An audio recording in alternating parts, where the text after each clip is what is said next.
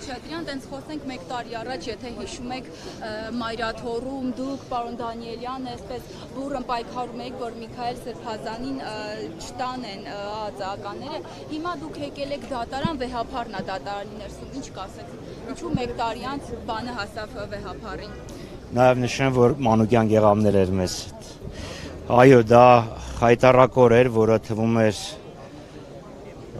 դաժան երազից ինչ-որ մի պատառիկ, որովհետև որևէ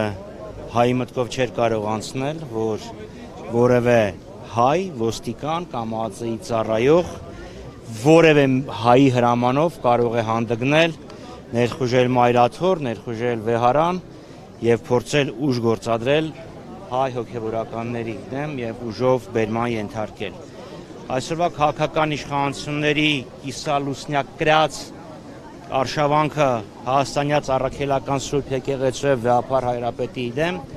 պայմանավորված է մեր եկեղեցու ազգապահպան գործունեությամբ։ Հիշեցնեմ, որ այս ամեն ինչը սկսեց, երբ Վեհափառ Հայրապետը և եկեղեցին մասնակցեցին շվեյցարական խաղաղության նախաձեռնության կազմակերպած միջոցառմանը Շվեյցարիայում, որը նվիրված էր Արցախ հայերի վերադարձի իրավունքին։ Եվ դրանից անմիջապես հետո Ալլահ շուքուր Փաշազադեն հայտարարեց, որ հայկական եկեղեցին ռևանշիստական կազմակերպություն է եւ դա փաստորեն հրաման հանդիսացավ Երևանի իշխանություններին արշավանք սկսել եկեղեցու դեմ։ Շինծու մեղադրանքներ, խայտառակ վարկաբեկիչ, ստերով լի պայքար, բայց ես վստահ եմ, որ եկեղեցին, ինչպես մեր լեռները, դիմացել են հրոսակների, փոթորիկների արշավանքներին, կդիմանա եւ հաղթանակած դուրս կգա այս փորձությունների միջից։ Հերթով խնդրում եմ, ներողություն եմ խնդրում։ Նիկոլ Փաշինյանը ընկրկելու է, դուք նման տպավորություն եք կամ կարծիք ունեք։ Ինչ որ ժամանակ որ ասում եք եկեղեցին վեհափառը հա կպայքարի, այսպես ասած հրոսակների դեմ։ Դա ենթադրում է, որ Փաշինյանը պետք է ընկրկի, չէ՞, զիջի ինչ-որ տեղ։ Ուժի առջև, ժողովրդի ուժի առջև ընկրկում են բոլորը։ Ենթադրաբար վստահ եմ, որ եթե լինի դիմադրություն եւ ժողովուրդը իր կամքը պարտադրի, ապա բոլորը կընկրկեն։ Պարոն Խաչատրյան, ադիտարկում եք արդյոք ինչպես մեր մյուս բարձրաստիճան սրբազաններին մտցրեցին շենք ու ձերբակալեցին, հետո կանոնավորեցին, դիտարկում եք նույնը վեհափառի հետ կարող է լինել, արդյոք այդպիսի սցենար կանխատեսում եք։ Հույս ունեմ, որ ոչ, մի տեսակ դող զգացի ձեր նկարագրած սցենարից, հույս ունեմ, որ ոչ։ Պարոն Խաչատրյան, դող զգացիք, երբ որ 2024 թվականի մարտավորյան պես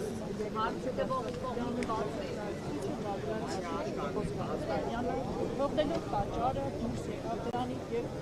քաղաքական գործունեություն սկսեց ծավալել ձեր խմբակցության Հայաստան դաշնությունների անդամներ Հանան Փոքարյանի և Կարնիկ Դանիելյանի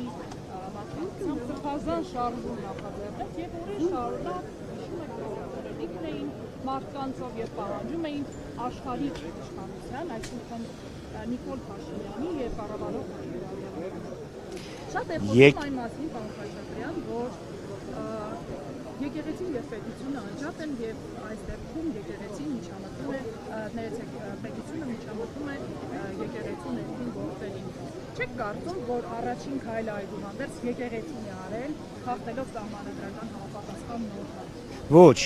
եկեղեցին եւ պետությունը անջատ են, բայց դրանից չի հետևում, որ որևէ անհատ եկեղեցական իրավունք չունի հասարակական, քաղաքական, քաղաքացիական գործունեություն ծավալել։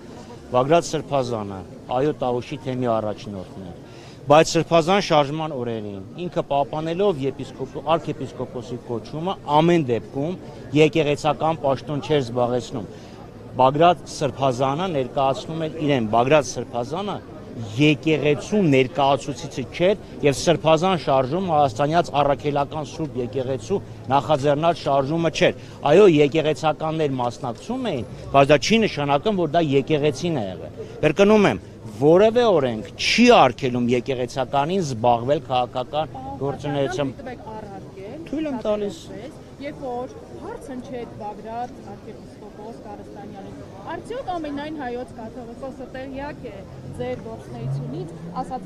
այս շարժումը նախաձեռնվել է վեհափարի գիտությամբ եւ օրհնությամբ։ Գիտության պարոն նախաձեռնվել է։ Օրհնություն չի նշանակում, որ եկեղեցին դարձյալ մասնակցում է քաղաքական գործընթացներին։ Կաթողիկոսի գիտության եւ օրհնության arczepiskopos Ինքը տեղեկացրել է վեհափար հայրապետին եւ սկսել է այս շարժումը, ինչպես նաեւ բազմաթիվ այլ մեր հայրենակիցներ։ Բայց կրկնում եմ, եկեղեցականի մասնակցությունը քաղաքական, քաղաքացիական որևէ գործընթացի, որևէ օրենք չի խախտում։ Այս Նիկոլ Փաշինյանի ներխուժումը եկեղեցական կյանք, դա սահմանադրության անմիջական եւ ուղղակի խախտում է։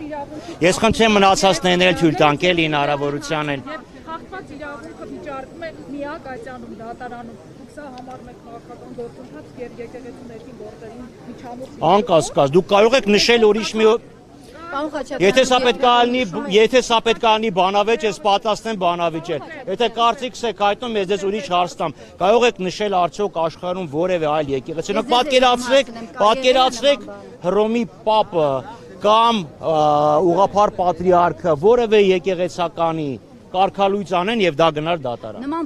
Նման բան չի եղել եւ դա բանականությանը եւ բարոյականությանը հակասում է։ Վարչապետ Փաշինյանի գլխավորությամբ ասում է, որ սա ոչ թե եկեղեցու դեմ պայքար է, այլ 6 եպիսկոպոս եւ վեհափար այս պահին գտնվում են դատական նիստերի դահլիճում։ Ինչ է սա, եթե ոչ եկեղեցու դեմ պայքար։ Սա եկեղեցու դեմ պայքար է։ Իսկ եթե Նիկոլ Փաշինյանը գնում է մասնակցում է մի որը կատարում են կարգալույծ ինչ որ մարդիկ, դա ինչ է, եթե ոչ հարձակում եկեղեցու դեմ։ Եթե վեհափար հայրապետը չի հրավիրում ազգային ժողովի բացմանը, դա ինչ է, եթե ոչ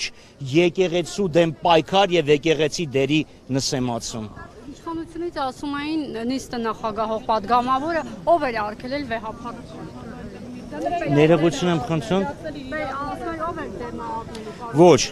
հրավիրվում է բացմանը մասնակցության իրավունք ունի, բայց պետք է հրավեր լինի։ Հասկանում եք, падգամավորը կարող է գնա, որև կառավարության չեն, չէ, բայց չես կարող դուրը ծեծես, ասես այսօր եկել եմ։ Դա նշանակում է, որ այն կողմից պետք է լինի։ Չէ, ոչ։ Ես իրավունք ունեմ դառնալ վարչապետ, բայց չի նշանակում, այսօր դուրը պետք է ծեծեմ, ասեմ եկել եմ դառնամ։ Պարոն Խաչատրյան, ինչ ակնկալիքներ ունեք այս դատարանից։ Ես հույս ունեմ, որ բանականությունը եւ պատասխանատվությունը պետության, ազգի եւ եկեղեցու հանդեպ կգերիշխեն քաղաքական պատվերին։ Պարոն Խաչատրյան, դուք հիմա փորձելու եք մասնակցել դատական նիստին։ Եթե դալիճում տեղ լինի, Չկա կարծես թե։ ուրեմն հեռակա ձեր հետ միասին արևի տակ։